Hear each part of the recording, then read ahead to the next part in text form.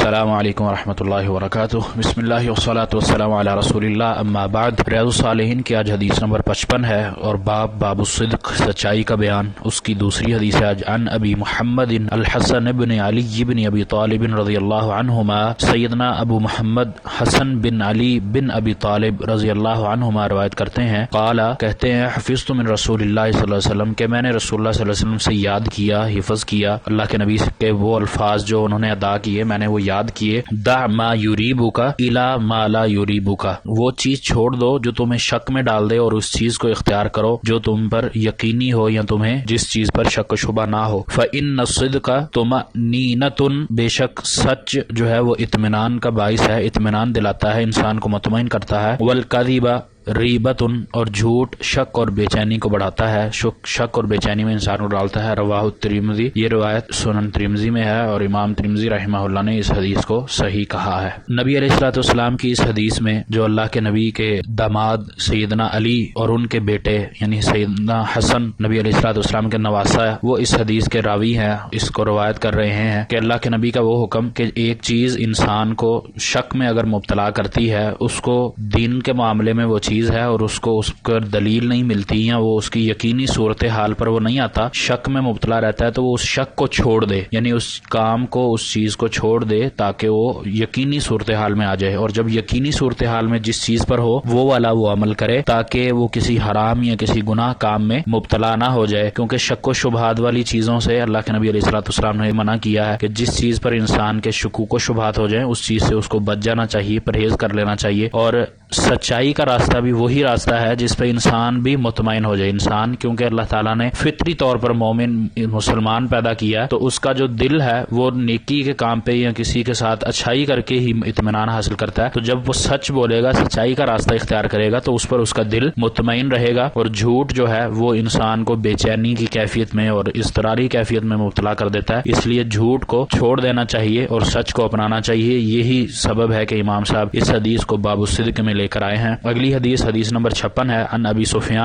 سفیان صخر بن حرب رضی اللہ عنہ، سیدنا ابو سفیان بن صخر بن حرب رضی اللہ تعالی عنہ فی حدیثہ الطویل فی قصۃ ہرقل، اس حدیث سے بیان کرتے ہیں جس میں قصہ ہرقل کا قصہ ہے، اور یہ ہرقل روم کا بادشاہ تھا، اور اس کے بارے میں جو ایک طویل حدیث ہے وہ صحیح بخاری میں موجود ہے۔ یہاں امام صاحب صرف مختصر حدیث لے کر آئے، یعنی حدیث کا وہ حصہ لے کر آئے۔ قال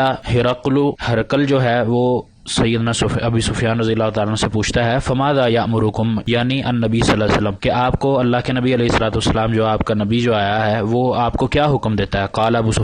سفیان نے ہرقل کو کہا، قلت، میں نے کہا، یقول، وہ کہتے ہیں یعنی نبی علیہ الصلوۃ والسلام کہتے ہیں، اعبدوا اللہ وحدہ لا تشرکوا بہ شیئا، ایک اللہ وحدہ لا شریک کی عبادت کرو اور اس کے ساتھ کسی چیز کو شریک نہ ٹھہراؤ۔ واترکوا ما یقول آباؤکم، اور ان ساری چیزوں کو چھوڑ جو تمہارے آباء و اجداد کہتے ہیں۔ وَيَأْمُرُنَا بِالصَّلَاةِ، اور ہمیں وہ نماز کا حکم دیتا ہے، وَالصِّدْقِ، اور سچ بولنے کا حکم دیتا ہے، وَالْعَفَافِ، اور پاک دامن رہنے کا حکم دیتا ہے، وَالصِّلَةُ، اور صلہ رحمی کرنے کا حکم دیتا ہے۔ متفق علیہ، یہ حدیث بخاری اور مسلم میں ہے۔ یہ ہرقل کا واقعہ جو سیدنا ابو سفیان کے ساتھ ہے، یہ ابو سفیان رضی اللہ تعالیٰ عنہ کے اسلام لانے سے پہلے کا واقعہ ہے، تو یہ بخاری میں طویل حدیث موجود ہے، یہ انشاءاللہ وہ آگے آئے گی یا ہمارے سبق میں آئی تو اس کو انشاءاللہ بیان کریں گے ہم۔ ابھی جو امام صاحب نے اس حدیث کا ٹکڑا یہاں لے کر آئے ہیں وہ اس وجہ سے کہ اس میں اللہ کے نبی صلی اللہ علیہ وسلم سچ بولنے کا حکم دے رہے ہیں کہ مومن وہ ہے اللہ کے علاوہ تمام معبودوں کو چھوڑ دے، کسی کو شریک نہ ٹھہرائے اللہ کا، اور جو اس کے خاندانی یا اس کے آباء و اجداد جو کام کر رہے ہیں وہ غیر شرعی ہیں، اسلام پر نہیں ہے، تو ان کو وہ چوں چراں کیے بغیر چھوڑ دے،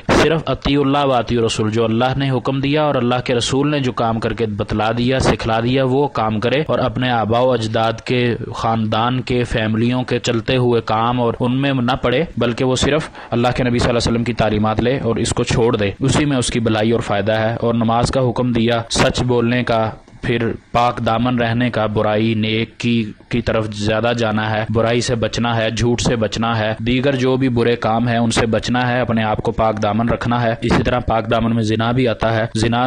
کئی قسموں کا ہوتا ہے، آنکھ کا زنا، کسی کو دیکھنا غیر محرم کو، اس سے بھی بچتا ہے، زبان کا ہے، اس طرح کان ہے، تو یہ جتنی بھی ساری اقسام ہیں ان سب سے اپنے آپ کو پاک دامن رکھنا ہے، اور صلہ رحمی کرنی ہے اپنے رشتہ داروں میں، اپنے ہمسایوں میں، اپنے جاننے والوں میں، انہوں میں صلہ رحمی کرنی ہے۔ یہ اللہ کے نبی صلی اللہ علیہ وسلم کی تعلیمات تھی جو سیدنا ابو سفیان نے ہرقل کو بتلائیں، اور یہ نبی صلی اللہ علیہ وسلم کی سچائی کا ڈنڈکا بج رہا ہے کہ ایک دشمن، ابو سفیان اس وقت دشمن تھے، اسلام نہیں لائے تھے، ایمان کی حالت میں نہیں تھے، تو ایک دشمن دوسرے دشمن ہرقل بادشاہ روم جو تھا وہ بھی اللہ کے نبی صلی اللہ علیہ وسلم کا دشمن تھا، اس نے اسلام نہیں قبول کیا تھا، تو وہ آپس میں گفتگو کر رہے ہیں، وہ اللہ کے نبی صلی اللہ علیہ وسلم کی تعریف کر رہے ہیں، تو یہ سچائی کی ڈنڈکا چوٹ بیان ہو رہا ہے کہ اللہ کے نبی سچے تھے، یہاں تک کہ ان کے دشمن بھی اس چیز کو مانتے تھے اور آپ کی تعلیمات کا اعتراف کرتے تھے۔ اسی طرح اس حدیث میں ہمیں اللہ کے نبی صلی اللہ علیہ وسلم نے جو حکم دیا ہے کہ ہماری زندگی کے جو شب و روز ہیں وہ کس طرح ہم نے گزارنے ہیں، وہ سب سے بنیادی جو چیز اس میں بیان ہوئی ہے اعبدوا اللہ وحدہ لا تشرکوا بہ شیئا، کہ اللہ کے سوا